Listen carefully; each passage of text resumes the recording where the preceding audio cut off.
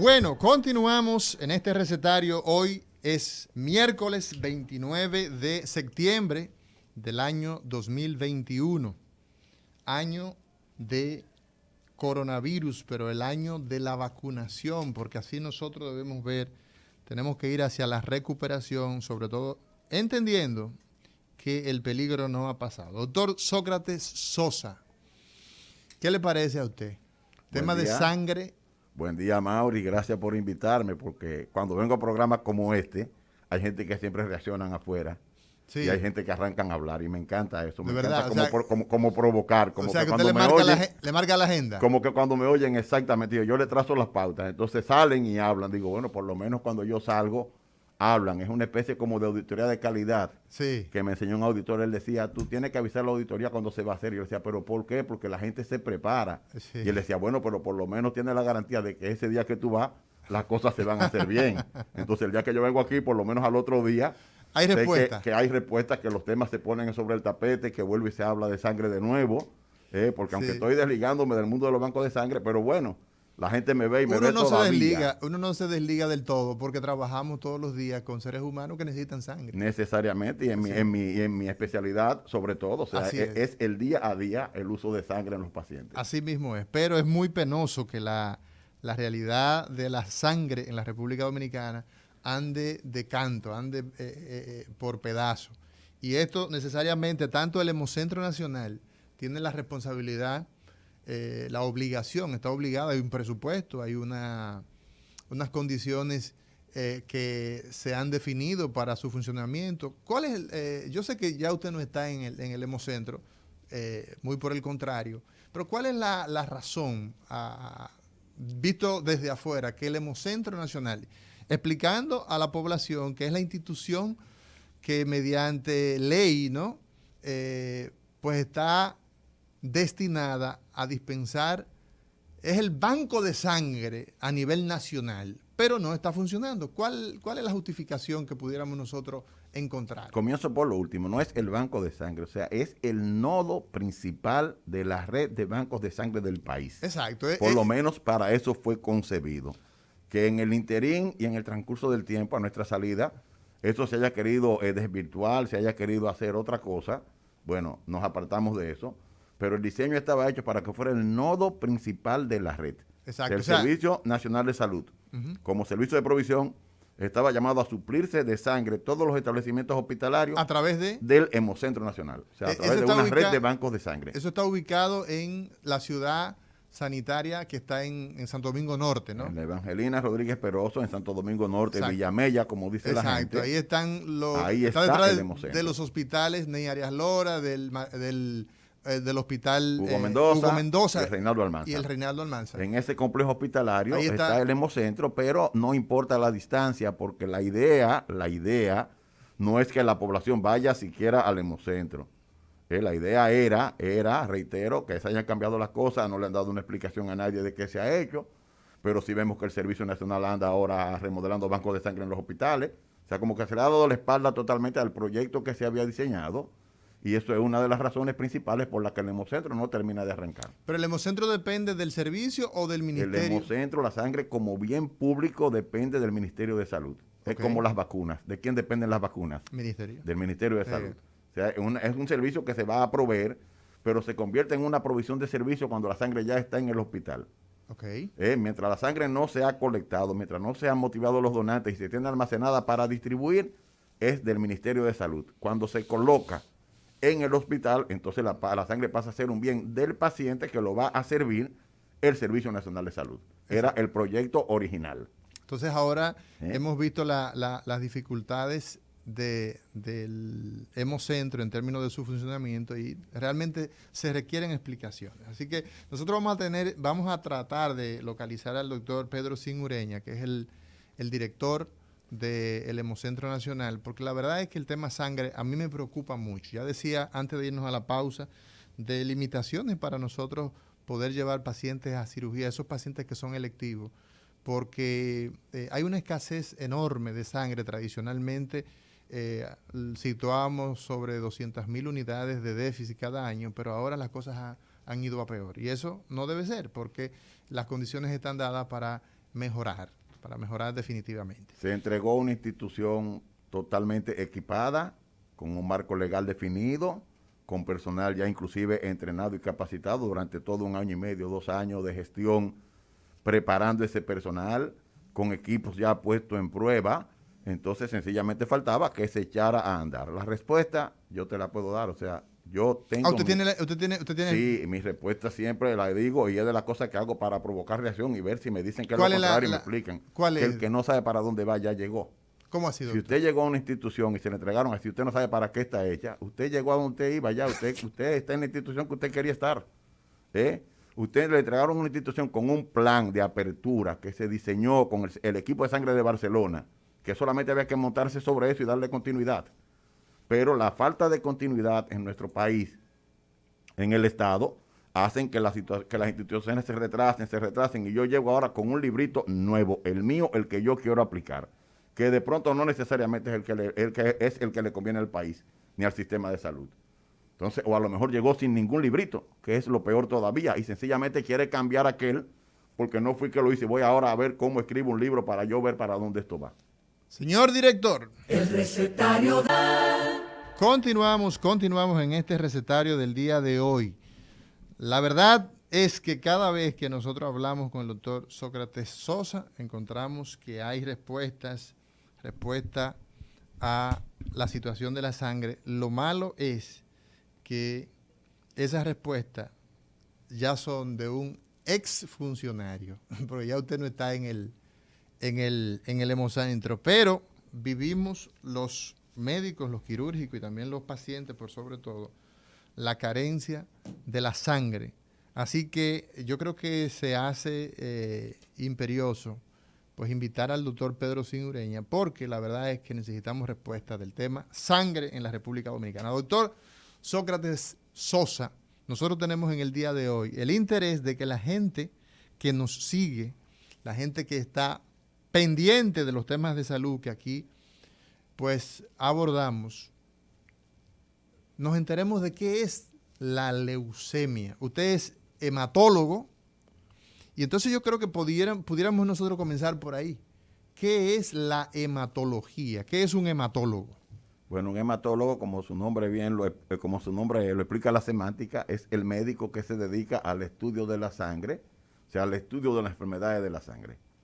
Al estudio de la sangre como tal, o sea, porque no necesariamente la sangre tiene que estar enferma. Fíjate que iniciamos hablando de banco de sangre, los donantes no son pacientes, son donantes. Son donantes. Son diferentes, voluntarios. Son gente que están sanos y que hacen el acto de donar.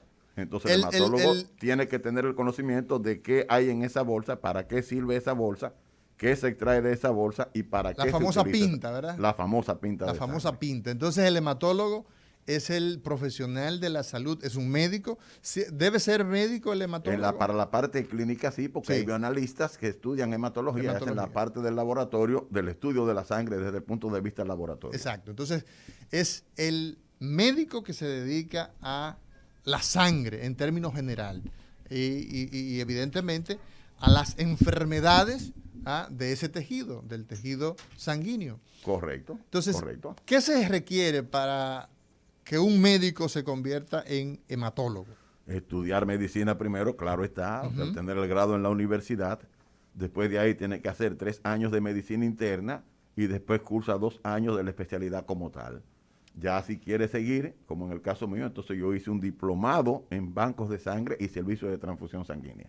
Ok, entonces esa es, digamos, la base es, además de ser médico, es ser internista o al menos tener 3 años, de medicina interna. En medicina interna. Correcto. Correcto. Entonces, ¿se forman en la República Dominicana los hematólogos o tienen que salir fuera del país? Así es. Yo soy producto de la residencia de hematología del Hospital Salvador B. Gautier. Orgullo, el Hospital del Seguro Social. A orgullo, como digo yo, cuando me quieren echar un poquito de vaina a la gente, de que yo vengo, digo, yo soy del Mass General Gautier. Del Mass General Gautier. El Hospital Salvador B. Gautier en la República Dominicana. Buque insignia de formación durante muchas décadas. Ese hospital pues llevó la vanguardia, estuvo a la vanguardia. Creo que todavía sigue siendo un hospital a pesar de las limitaciones en su funcionamiento, sigue siendo una escuela de mucha importancia en nuestro país. Es correcto, o sea, fue por años el hospital que tuvo el mayor número de residencias médicas del país. Así es. Y todo el mundo quería entrar al Gautier como primera opción, así es. Correcto, así es. Doctor, el tema de la enfermedad conocida como leucemia, ¿qué es la leucemia? Bueno, la leucemia, como bien tú decías, primero hay que comenzar a desmitificarla, porque anteriormente diagnóstico de leucemia indefectiblemente era sinónimo de muerte. Era una sentencia. Era colocarle a la gente la espada de Damocles en el cuello para arrancárselo. Sí. O sea, tienes una leucemia. La gente dice, la leucemia es un cáncer en la sangre. Sí, es un tipo de cáncer en la sangre, porque la leucemia no es más que la proliferación o el crecimiento anormal de un grupo de células blancas. O sea, los glóbulos blancos tienen varios grupos, pero de un grupo de células blancas de forma anárquica y desordenada en su forma inmadura en la mayoría de las leucemias. Una pregunta, doctor, antes de continuar. Cuando usted dice que es un cáncer en la sangre, entonces a mí me interesaría que la gente que nos sigue, la gente que nos está escuchando, que nos está viendo, pues sepa de forma muy simple, porque le hablamos a la gente para que el pueblo llano entienda cómo está constituida la sangre.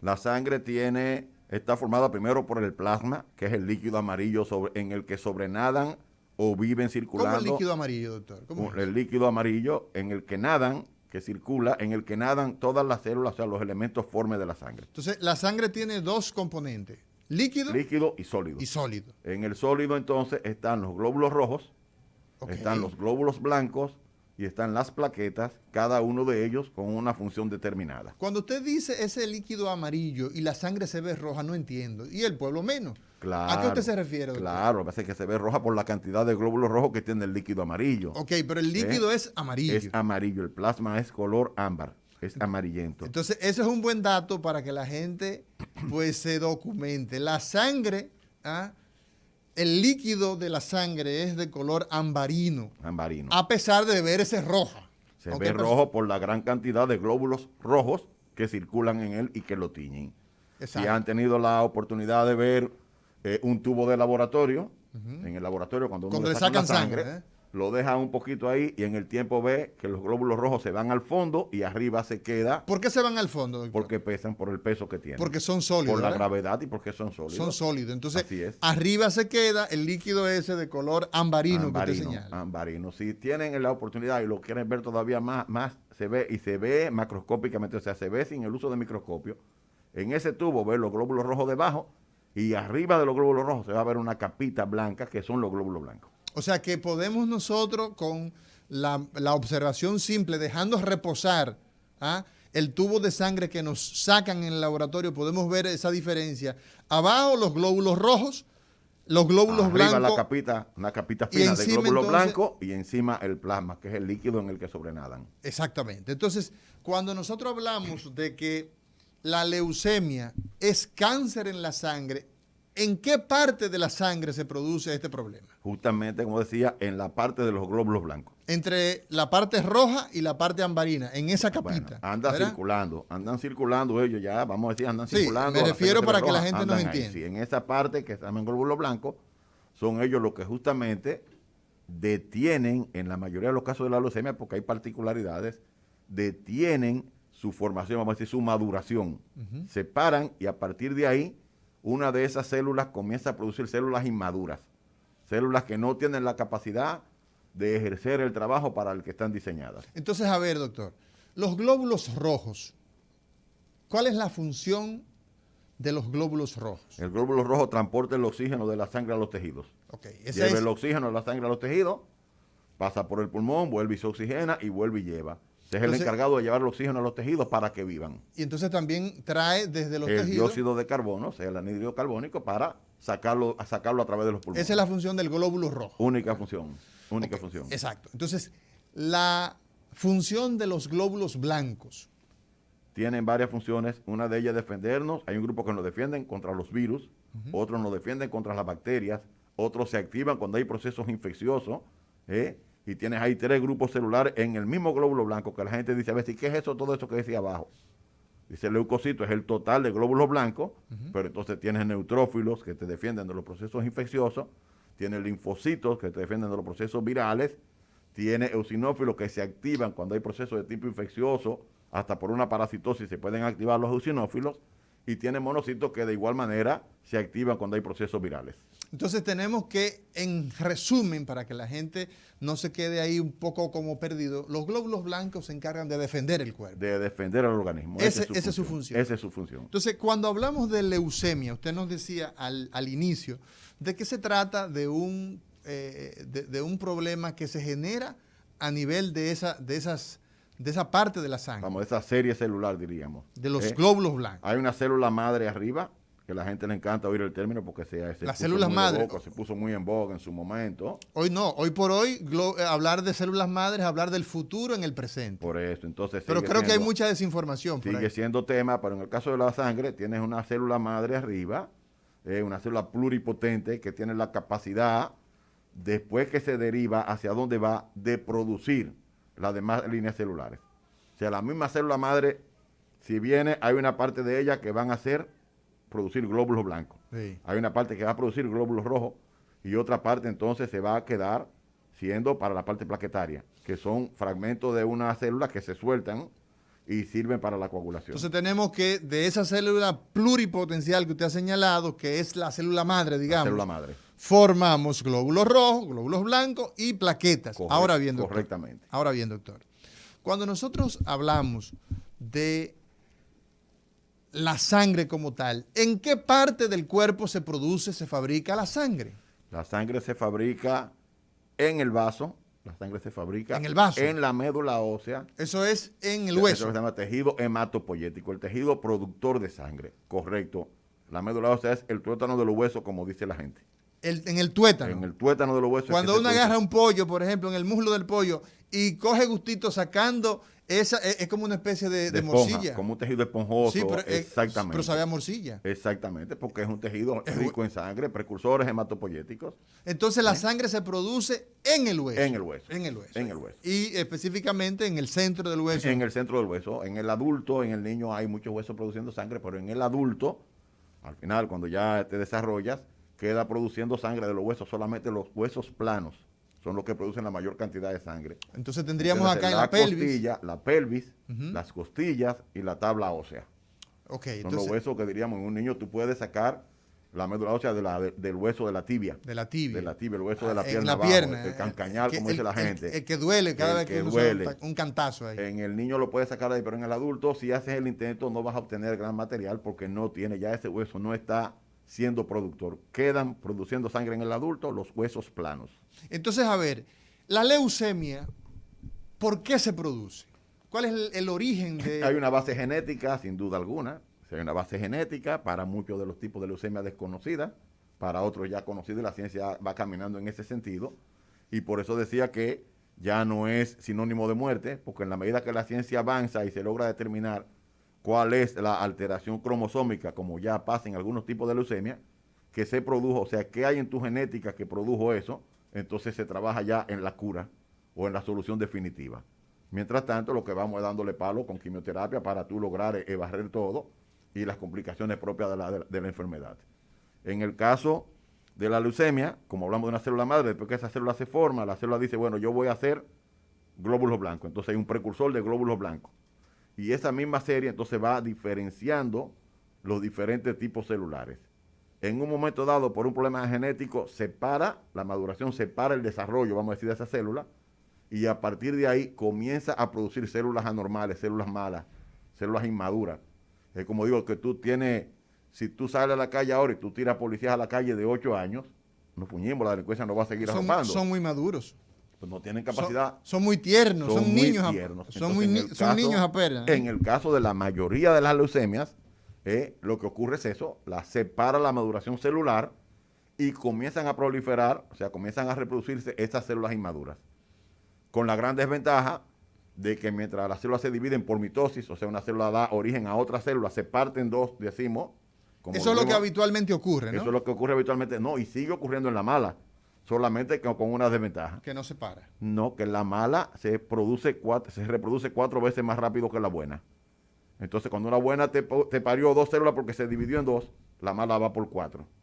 Entonces te va desplazando las buenas. Se va desplazando la buena. Cuando la mala va por 4, porque sigue reproduciéndose, la mala va por 16.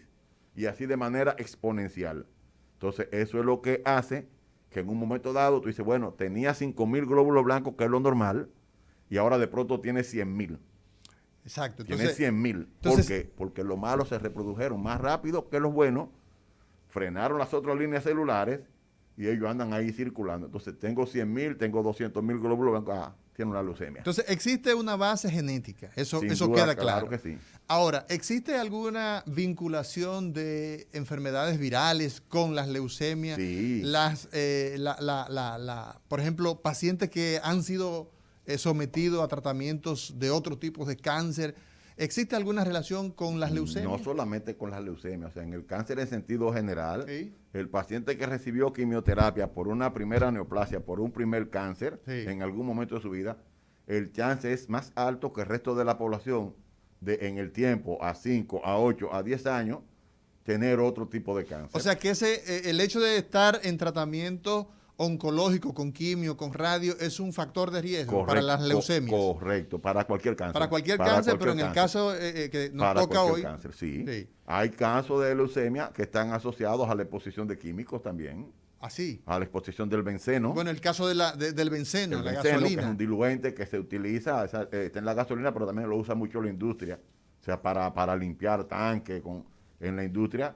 La gente que esté expuesta al benceno tiene un chance mayor de tener leucemia. Hay leucemias asociadas directamente a la exposición a químicos como el benceno, reitero.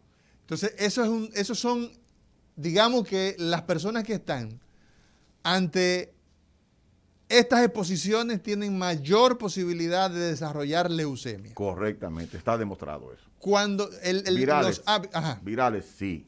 El virus linfotrófico de las células T humanas. ¿Qué es eso, doctor? Es un virus, como familia del HIV. Sí. Un virus linfotrófico, familia del HIV. Ese virus también está asociado a la aparición de ese virus a algunos tipos de leucemia. Hábitos tóxicos como el tabaco, doctor. Cáncer, no leucemia. En términos generales. Cáncer de pulmón. Cáncer de pulmón. Claro. Pero las leucemias per se no han sido asociadas. Con el tabaquismo no el tabaquismo como tal. Así es. Doctor, cuando hablamos de leucemia, ¿cuáles son hablamos de leucemia como una sola enfermedad o está clasificada ¿tiene alguna clasificación? La leucemia tiene varias clasificaciones. Tiene la serie en la sangre, en el mismo glóbulo blanco hay dos series, entonces. Hay una serie que son los linfocitos y otra serie que son los mielocitos. Entonces tiene leucemia asociadas a uno y a otro. Linfocítica y mielocítica, ¿no? Asociadas a uno y a otro, exactamente. Entonces, tengo leucemia, primero la clasifico en si son agudas o si son crónicas. ¿Qué significa eso de agudo y crónico? La persona con una leucemia aguda y crónica, la gente asocia la cronicidad a malignidad.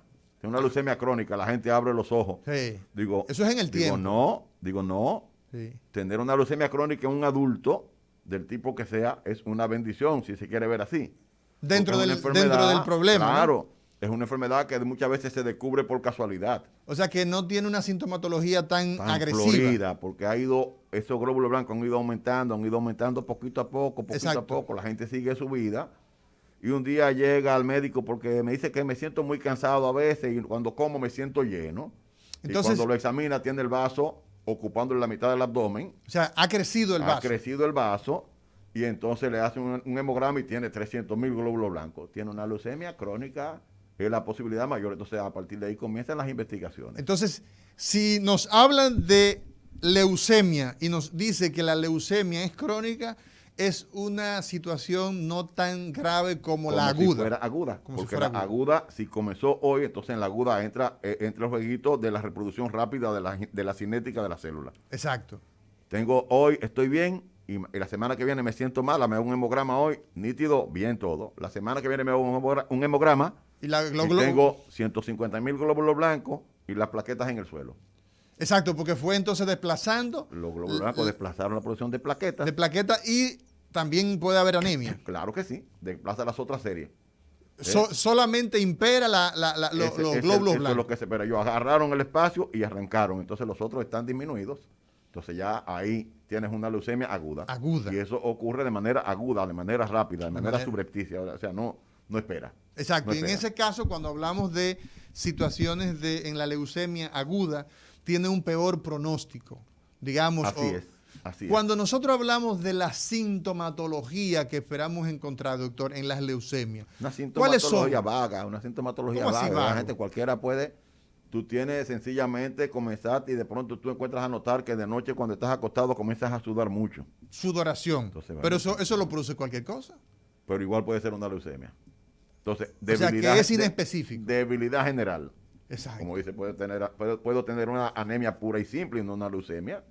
Pero un cuadro de debilidad general, te puedes, asociado a las demás cosas, puedes asociarlo a una leucemia, fiebre, agrandamiento de los ganglios linfáticos de las reumas, como dice la gente. ¿Por qué crecen los ganglios linfáticos de las leucemias? Porque ellos son filtros, ellos están ahí para atrapar todo lo que entienden que no debe seguir circulando, como se está produciendo de esa forma anárquica esos glóbulos blancos, entonces ellos atrapan y se aumentan de tamaño. Y crecen. Y se aumentan de tamaño y crecen. O sea, entonces, las reumas, como dice la gente. Las reumas a nivel del cuello, a nivel de la ingle, donde quiera. Lado, en la ingle, en el cuello, intraabdominalmente, o sea, dentro del abdomen tenemos ganglios que lo vemos en sonografía y en tomografía, claro. Se ven de gran tamaño y en gran cantidad. Así es.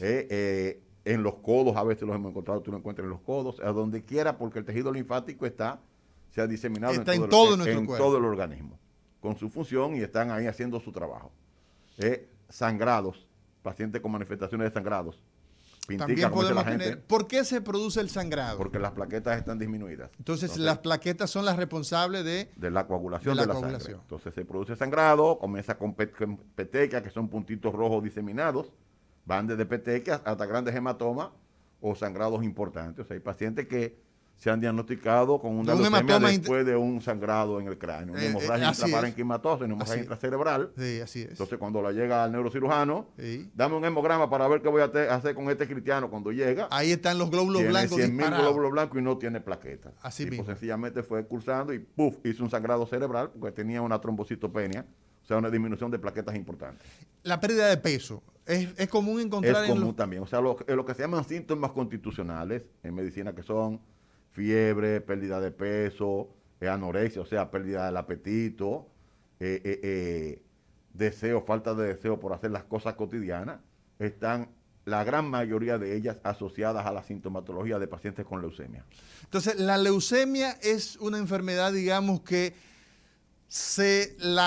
los síntomas son muy parecidos a cualquier proceso, digamos, infeccioso. O viral, correctamente. Sí. Muchas veces pasa desapercibido. Tengo una gripecita. Me dio una gripecita la semana pasada. Sí. Y vine el lunes y me hice un hemograma y ahora me encuentro que tengo 75.000 glóbulos blancos. Tengo aquí una pregunta que me hace un señor a través de mi red social que dice, doctor, tengo un primo que tuvo leucemia durante muchos años, no sé a qué se refiere en particular. ¿Podríamos nosotros inferir que se trata de una leucemia crónica? Claro que sí, claro que sí. Reitero que ya el diagnóstico per se no te condena a muerte. O sea, hay un tipo de leucemia, por mencionar uno, la leucemia mieloide crónica. ¿Mieloide qué significa? Que es del grupo... de la serie mieloide, del grupo mieloide, y crónica que se instaló tiene mucho tiempo. Sí. Esa leucemia anteriormente, como digo, uno veía venir el progreso de ella, porque muchas veces se quedaba estacionaria, pero en muchos pacientes evolucionaba. Hoy en día se identificó que hay un cromosoma responsable de que eso ocurra. O sea, la ciencia genética nos ha permitido identificar un cromosoma. Así es, hay un cambio de dos de los cromosomas, o sea, uno tiene en el mapa genético, tiene los cromosomas, hay un cambio de 2 de ellos y se fusionan y ocasionan lo que se llama el cromosoma Filadelfia. El Filadelfia. Ya identificado. Sí. Entonces, cuando tengo una leucemia mieloide crónica con el cromosoma Filadelfia positivo, ¿eso qué significa? Un medicamento que se llama imatinib, que es un anticuerpo monoclonal específico para esa. ¿Qué significa que es un anticuerpo monoclonal para la gente de Villaconsuelo? No de Villacón, para cualquier dominicano común y corriente, o sea, que no sea médico, significa que va a atacar directamente a ese monoclonal, directamente a esa clona, a ese grupo celular. Exacto, es específico para ese grupo. Específico para eso. Y es un tratamiento con pastillas, o sea, ni siquiera es quimioterapia. Exacto. Y en la gran mayoría de los casos revierte totalmente esa leucemia hasta desaparecer. Solamente que hay que estar tomando el tratamiento continuamente como me tomo yo la pastilla para la hipertensión arterial. O la diabetes. O para la diabetes. O sea, que se convierte en un tratamiento por vida. La presión arterial, la hipertensión arterial, la diabetes, son enfermedades crónicas. Crónicas, no transmisibles. Hay que vivir con ellas. Así mismo es. La leucemia también es no transmisible. En el caso de esta variante, entonces pudiéramos tener que ese paciente se mantiene estable y que no tiene un final vida feliz, desastroso. Le va dando seguimiento en el tiempo, hay pruebas genéticas, pruebas que se van haciendo constantemente para ver, o sea, continuamente para tú ver, monitorea con un hemograma para ver las cosas cómo van. El diagnóstico de la leucemia, doctor, usted nos ha dado una panorámica general sumamente interesante, pero existe, ya hemos visto el hemograma, que es una piedra angular, pero ¿cómo diagnosticamos con certeza y decimos usted tiene leucemia aguda o leucemia linfocítica aguda o crónica? O sea, que le damos toda la información. Los apellidos, como digo yo, con los apellidos, bueno. Con los apellidos y con los apodos y todo. Sí, lo primero es la clínica, bueno, está ahí, la clínica. El pérdida de peso, sudoración. Lo tengo ante mí, sí. El hemograma, como dices, hay otras pruebas complementarias que, bueno, se hacen también, pero el diagnóstico final se hace con el estudio de la médula ósea. O sea, hay que entrar el estudio de la médula ósea. Hay que entrar con una aguja especial, una aguja que, bueno, de especial tiene, que es para eso que se utiliza nada más. Exacto. Pero es una aguja con un calibre un poquito más grueso que las agujas convencionales y sacar un poquito del tuétano de los huesos, como dice la gente, sí, que es la médula ósea, que no es gelatina cuando uno lo ve ahí, porque la gente piensa que le van a sacar un pedazo de gelatina como el que uno ve en el cocido, en la pata de vaca. No. Es líquido, es sangre solamente que tiene un poquito más de contenido de grasa. Exacto. Entonces se saca y se manda a analizar. Eso se hace en el hueso esternón. En el esternón. Tengo que el hueso del medio del pecho aquí. En el pecho. ¿Y usted entra una aguja ahí, doctor, en el pecho? En el medio del pecho, como dice la gente. Sí. Un poquito de anestesia arriba, anestesia local. Sí. Porque el hueso no duele adentro. Sí. Se anestesia la parte de afuera. Se introduce la aguja y se aspira con una jeringuilla. ¿Solamente disponemos de esta zona? ¿También podemos hacerlo en otro lugar? Se puede hacer en los huesos ilíacos, a los huesos de la cadera, tanto anterior como posterior. Ok, entonces tenemos esternón y tenemos hueso de la cadera. Huesos ilíacos en ambos lados, y en niños se puede hacer en la cara anterior de la tibia también. Ahí hay gran cantidad de médula ósea en niños hasta los 5 años. ¿En quién es más frecuente la leucemia? ¿En niños o en adultos? Mira, indistintamente tienen cada uno su población. Por ejemplo, leucemias mieloides son más frecuentes en adultos que en niños. ¿Y el pronóstico, linfoblásticas varía. ¿Sí? Varía. Como los viejos somos viejos, si nos da una leucemia de viejo como una leucemia crónica, tenemos mejor pronóstico en una leucemia crónica en un adulto que en una leucemia crónica en un niño. Okay. Sin embargo, entonces se invierte. Una leucemia linfoblástica aguda en un adulto, el pronóstico es de esperar, de verdad que de esperar. Y en un niño, una leucemia linfoblástica aguda que arranca antes de los 5 años, que tú lo consigues con 70,000 glóbulos blancos, que no está tan deteriorado clínicamente, el pronóstico, o sea, el chance de sobrevida es sobre un 95% con quimioterapia. Un organismo nuevo, un niño que tú le puedes dar, como digo yo, con todo el pie, se le da con todo el pie su quimioterapia. Y en los 25% de los casos o más de leucemia linfoblásticas agudas en niños es reversible. O sea, se curan.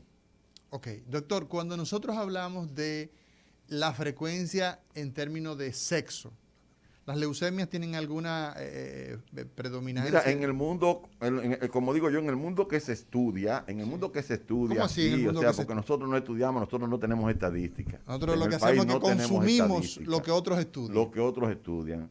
Para decirte nada más. Qué pena, en este país, sí, nadie puede decir, nadie, y lo digo con todo el peso, nadie puede decir cuál es la hemoglobina real para la población en la República Dominicana. No, doctor, tan simple como eso. Tan simple como eso.